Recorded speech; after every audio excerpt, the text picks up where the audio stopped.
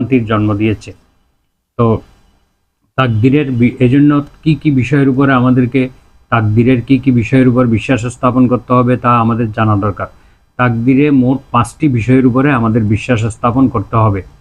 1 নম্বর হলো আল্লাহর অনাদি, অনন্ত এবং সর্বব্যাপী জ্ঞানে বিশ্বাস, অর্থাৎ আল্লাহ তাআলার পূর্বের, পরের এবং পরিপূর্ণ জ্ঞানে তিনি জ্ঞানী, মহাজ্ঞানী, এই কথার উপর বিশ্বাস করতে হবে। অর্থাৎ আল্লাহ তাআলা পূর্বাপর সব ঘটনা সব কিছুই তিনি জানেন, তিনি সব কিছুই জানেন।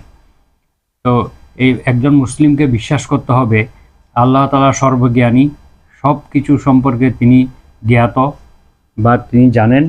কোনো সৃষ্টির জ্ঞানের সাথে আল্লাহর জ্ঞানের কোনো তুলনা করা যায় না।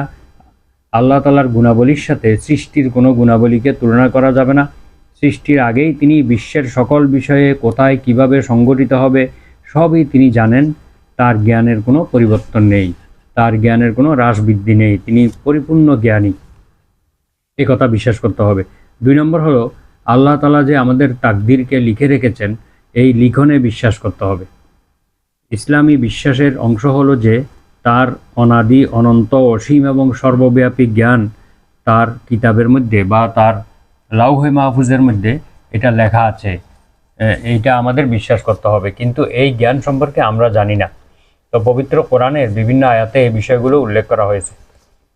আল্লাহ তাআলা সূরা আনআমের 59 নম্বর আয়াতে বলেন, ওয়া ইনদাহু মাফাতিহুল গায়বি লা ইয়ালামুহা ইল্লা হুয়া ওয়া ইয়ালামু মা ফিল বাররি ওয়াল বাহরি ওয়া মা তাসকুতু মিন ওয়ারাকাতিন ইল্লা ইয়ালামুহা ওয়ালা হাব্বাতিন ফি যুলুমাতিল আরদি ওয়ালা রাতবিন ওয়ালা ইয়াবিসিন ইল্লা ফি কিতাবিম মুবিন। আল্লাহ তাআলা বলেন, অদৃশ্যের চাবিকাঠি, গায়েবের চাবিকাঠি একমাত্র তার নিকটই রয়েছে। তিনি ব্যতীত অন্য কেউ এই গায়েবের চাবিকাঠি বা গায়েবের খবর সম্পর্কে জানেন না। জলে, স্থলে, অন্তরিক্ষে যা কিছু আছে সব কিছুই তিনি অবগত রয়েছেন। তার অজ্ঞাতসারে একটি গাছের পাতাও পতিত হয় না। মাটির অন্ধকারে, মাটির গভীরে অন্ধকারে এমন কোনো শস্যকণা নেই অথবা রসালো কিংবা শুষ্ক এমন কোনো বস্তু নেই যা তার সুস্পষ্ট কিতাবে লিখিত নেই।